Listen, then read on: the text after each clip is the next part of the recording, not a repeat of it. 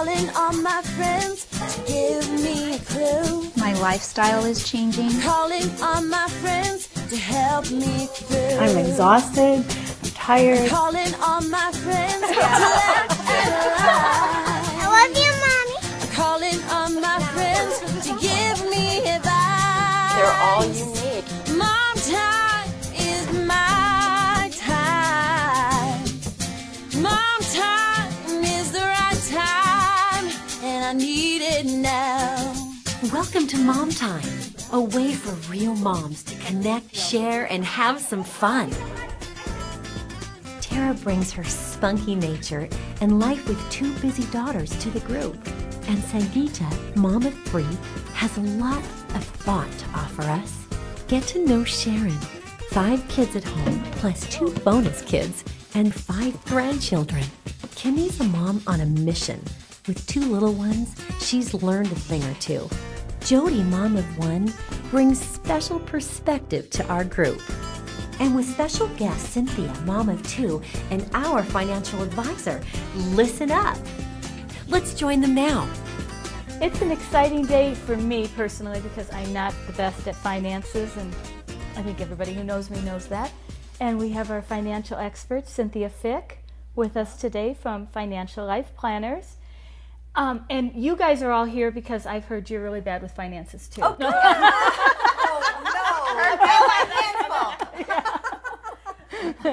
I'm just kidding. I thought we're all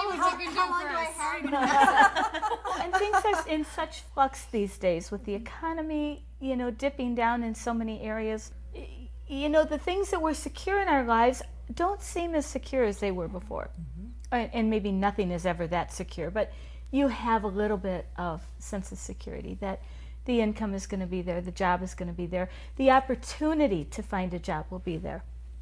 So I guess assuming we all have jobs maybe, that we should start by just thinking, how can we get our houses in order? How can we set up our finances so that we're not behind and we're doing all the things that we're supposed to be doing? Yeah, and the first step, I think, in to start getting your own house in order, because that's really important. We're talking about what we learned growing up about money, and then we're talking about what we're kind of passing along to our kids. And so as mothers, I think it's really important to first look at, what are my beliefs? What are my attitudes about money? And it seems like a odd first step, but I think it's the most important thing you can do is to really understand, what were the stories that I heard about money when I was young?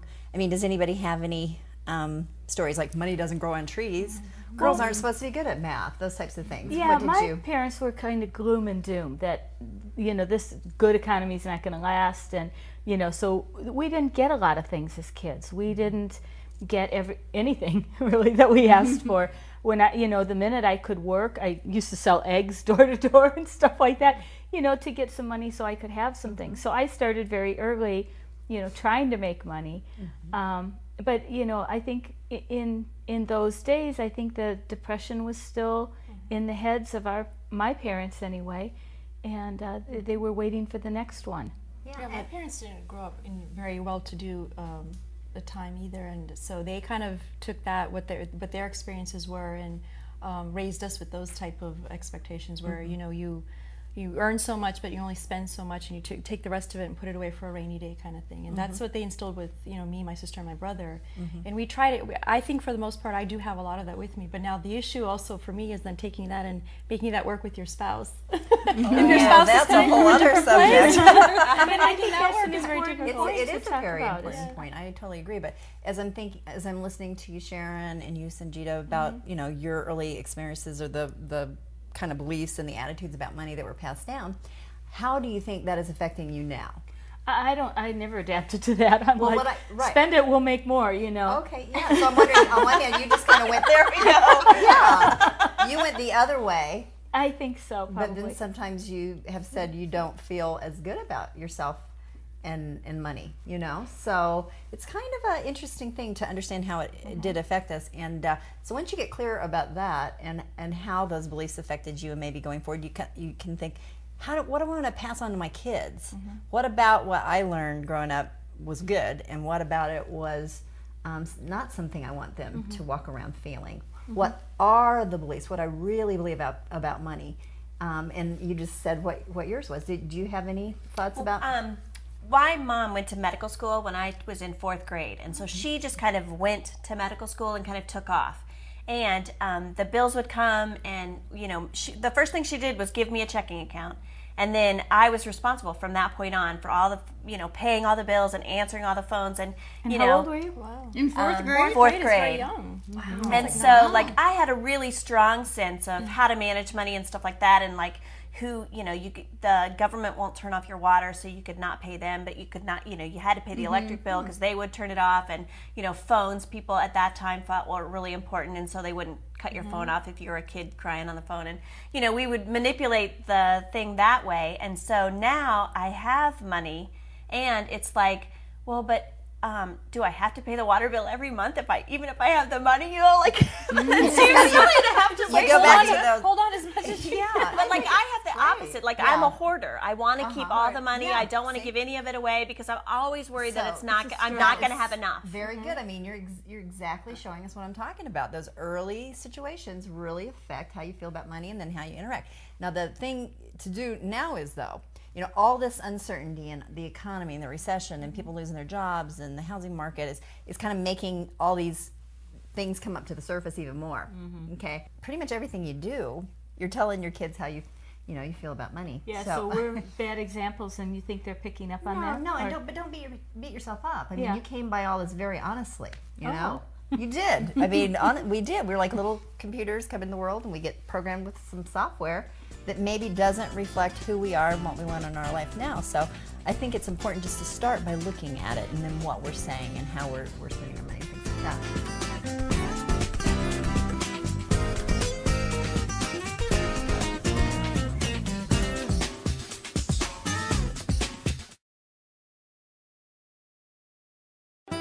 Mom Time TV continues. When I say the word budget, what does everybody do immediately? Ugh. You're like, run for the hills, I'm out of here. How about you, Jody? I mean, are you good with this, or? Oh, no. I probably could use about a couple days with Cynthia. Listening to you two, I actually have to admit I kind of had a very charmed childhood. So I almost think that works even more against you, because even though they were, my parents were, my mom didn't work, she was very traditional, but, I just had pretty much, I was an only child too, so you tend to, and I have an only child now, so you tend to probably get everything you want, and you have a whole system where if the one parent doesn't give it to you, then you go over to the other parent, and somehow you manage to get like a tangerine fur coat or something you really needed. Very important things. That's something you really need. Yeah. But they had great work ethic. I mean, they displayed great work ethic. So by the time Did you learn from that? Did that make a difference for you? I think it did. But it was interesting because although I had everything, I think they felt like, prior to 18, I should just have what I needed and what I wanted. But then at 18, they were like, okay, you need to start getting a job. I'm like, wait. Shoved out of the nest. Yeah. Just wait a minute. You gave me everything up to and they were like, no, you can go to college, but you're going to work part-time and you're going to emulate what we did. We worked really hard for our money. And so it was a little bit of a shock. And it's really hard then, because my child is now raised very similarly to me. If I can do it for her, I do it. And we all know, Sharon and I, even from some club sports, I mean, those sports are extremely expensive, but I don't think the kids really understand the value of that. And I don't know how you translate that into, what's happening in the world today, where you can't always do all that anymore. Exactly, and you don't want to have them living in fear, thinking, oh, there's never going to be enough. That's not something you want to pass along. But you don't want them to think, I want that, and I want that, and I want that, and okay, give it to me, Mom. You don't want that either. Exactly. So you've got to walk that balance, and that's why going back to what happened to you when you were growing up, and then deciding what's good about it, what you, and I won't have any judgment on that. What you want to pass on is maybe very different from what there's really no good or bad, right or wrong. I talk to my kids all the time about money, not to say, well, I just spent $50 on that thing, and you're just throwing up. Sometimes I say that. I don't mean to. I find myself doing that more and more often. I find myself doing that too. I've started relating it back to how many hours I have to work to make that. Because I work as a secretary, so I don't make very much money, and so I'll say, is that worth 3 hours of my time for you? And of course, if I'm paying for it, they always say, oh yes. And then I'll say, well, you only get $3 an hour, so is it worth 40 hours for you? Yeah. It's really good to the conversation, just the awareness. Think about it. Just us talking today about it makes you go, oh yeah, I never realized I said that, or I didn't realize how that might affect. So that's really good. So by talking to our kids about it, a lot of times I will just make it like part of the conversation. You realize, we're doing the club sport, the cheerleading or whatever, and that costs Mom $200 a month, and I hope you're enjoying it. $350. Right. So, but yeah, just by having those conversations, teaching them how to have a budget. A lot of you are probably giving them like an allowance because they're working. And you make sure they do it before you give them the allowance. Is that good advice? Hold them on your part? accountable. I think so. allowances? I think so, because then they have money. And when you go to the store, you can have in mind what you're willing and able to spend. And if they ask for something more or something different, you can say, well, how much money do you have? What have you? I already have 2 hoarders, though. My kids won't buy anything. Okay. Then well, if I have to buy it, I don't want it then. Yeah, and everything. That's a good way to measure, I guess, too, and it's your money. Yeah. And if you put it back to them in that way, and start teaching them everything's about negotiation. There's always going to be enough. I'm always going to be doing pretty good, but I got to decide the trade-offs. Okay, if I buy this thing and it costs me $50, then I'm not going to be able to go to the movies with my friends next week. So everything's a trade-off. There's always going to be enough, because you know what? I can do more chores around the house. I can do this. I can, I'm good. Money is kind of a free flow in my life, but everything is a trade-off. Yeah. And they're resources. I think that part's a hard part to teach the kids when you give them a lot of things, Yeah. When I think as women too, like I'm trying to teach my daughters. I'm divorced, and so my husband has way more money than I do. And so they'll want something, and I'll say, I just can't afford that. And they'll say, well, Dad can. And, my mom is trying to tell me it's a good thing. Have them go to their dad for everything. Have them go to their dad. And I'm like, well, then aren't I kind of creating a prostitute, like a girl who will do anything for a man if he'll just give her the money? Like where do you separate the boundaries as a woman from, like a man can take care of you to... But being able to take care of yourself. Self. Well, that sounds like a conversation you need to even have with your ex-husband if you can. I'm divorced also, and I would feel uncomfortable if my kids were going to him asking for things. I can see how that would set up this mindset, So I don't just be aware of the things that you're doing. That's all. I mean, we shouldn't beat ourselves up. We're doing the best we can. None of you is trying to affect your children in a bad way. None of us do that. We always want the best for our kids. And sometimes we're not doing them any favors by thinking we're helping them out so much or getting them everything they want or, sending them over to their dad. We think we're making everything better, but we may be doing them a disservice because they may end up, talking about their attitudes about money, and you kind of go, I don't know if that's what I wanted them to walk away from all this with. So I think my mom was very optimistic with money, but more so in her belief in God will provide. She was a single mom, and we as kids never knew that we were very, very poor because she was so always had a smile, very optimistic about it. But I do remember when we turned on the water to brush our teeth, we turned it right off because someone was paying for that, and that was our mom. And I know she worked as hard as she could to provide. My brother and I started, lawn service to get money because we never got allowance or anything. Was very creative when it came to making money, but optimistic about it.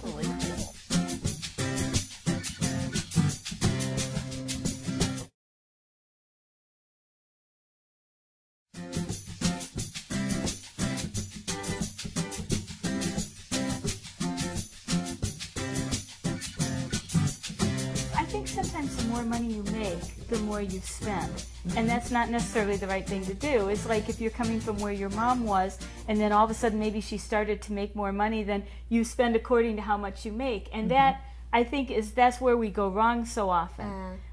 Especially young people as you get started, because you're not making a lot, and then you get more and more, and okay, well now I can buy all those things that I wanted, and we buy so far ahead of where we're at. And so I think if we can lay some ground rules maybe for our kids who may be going off to college, and and be starting to take hold of the purse strings, what would be some good ground rules for starting out? Yeah, can we talk about budgets? Because Sure, yeah, I kind of started going to budgeting. Yeah. Nobody really likes the Takes idea, but time wouldn't you feel good if you kind of knew if you're doing better than you think you are, or if you're doing worse and you need to work on something? You may, if you sit down and kind of go through everything that you're spending on a monthly basis, and there's a lot of hidden expenses out there too, and then figure out, how do we have extra that I can do something with, I can invest, or am I just barely making it and I need to get rid of some of the fluff, those types of things. So, and then by doing that, we can help our kids start thinking about budgeting and how they're spending their money. You may be giving them a certain amount because they're working hard, and but they start thinking and watching you saying, well, no, we're going to go out to eat dinner twice this week, or whatever it is, and we've kind of already met that. And so no, let's see, what can we do at home? How can we get creative? Whatever, those types of things, by having the conversation. I'm very conversational with my kids. I mean, so you think just by watching us doing the right thing that they're going to automatically do the right thing? Well, I think it kind of just helps instill those beliefs. You're not, again, worried there's never going to be enough. Yeah, and there's always ways to make money, and I think that's so important to teach the kids too. Just if they want something, there is definitely a way that they can get it. Right. And if you want this apartment, but you're only going to have this amount of money coming in, then how can we make some extra money? Well, and, maybe and you what work about at the decision bookstore. making as they're going to college and they're trying to figure out the majors? What they want to do is, what kind of lifestyle do you want to have before you do it? Do you want to have a big house, a beautiful house like this, and then you can't maybe teach school? A lot of times kids these days, I think, unfortunately, don't realize all the hard work. I all the time say, well, you know what, Mom, why do you have to go to work? Why do you have to go to that meeting? Well, you know what, I work to support this house, to help you and all the things we do. So no, it's we are very blessed, and I get to spend a lot of time with my kids, but I think it's important for them to realize that the reality of the situation is Mom's got to go out and she's got to work. And it's important to not beat yourself up, though. That's one thing I kind of keep hearing is, oh, I should have, could have, I wish I'd done it differently. I wish I'd done. You know what? All you can do is the best you can do, and do it going forward. Oh, yeah, never too late. It's never too late. No, I agree. But having the conversations, that is really cool. As long as you're not making anybody feel guilty, or saying, well, look how much it costs for you to eat today. You're not doing that. But just make sure. Expensive thing. And dessert and a soda. But it's just having the conversations. I mean, you could never have talked to your mom about these kind of things, right? Or your parents? Oh, no. They wouldn't even have let you in on any of this. And it's all that big, fuzzy, scary, I don't know what that is. You're just having the conversations. They know they can come to you with things. And I think the sooner the better.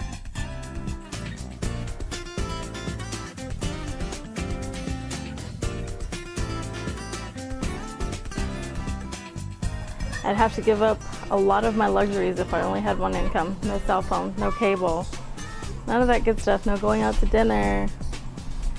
So that's unfortunate, because I like those things.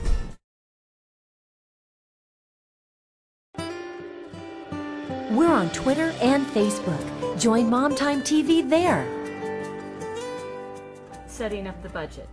Okay, you gotta somewhere put down all the things that you have to pay for. Yeah, all the basic expenses, and there's hidden expenses. I have a really good form that goes through all this and then helps you calculate. And if anybody, get in touch with me. Is there something we can put on our website, or that'd be a great idea? We'll put it on the website, and get in touch with me, and I'll make sure y'all get it, because it makes it easier. And just don't think of budget as a negative word. It's that big scary thing in the closet that once you get it out, you either know you need to work on it, or you don't, and that's not a bad thing. And I like the one time when you were on, you said you might be surprised, you might be better off than you think. And That's what I always hope. for. Yeah, right. Be optimistic. Get to know us. Visit our website at momtimetv.com. Calling all my friends to give me a clue. Calling all my friends to help me through. I'm calling all my friends to laugh and lie. I'm calling all my friends to give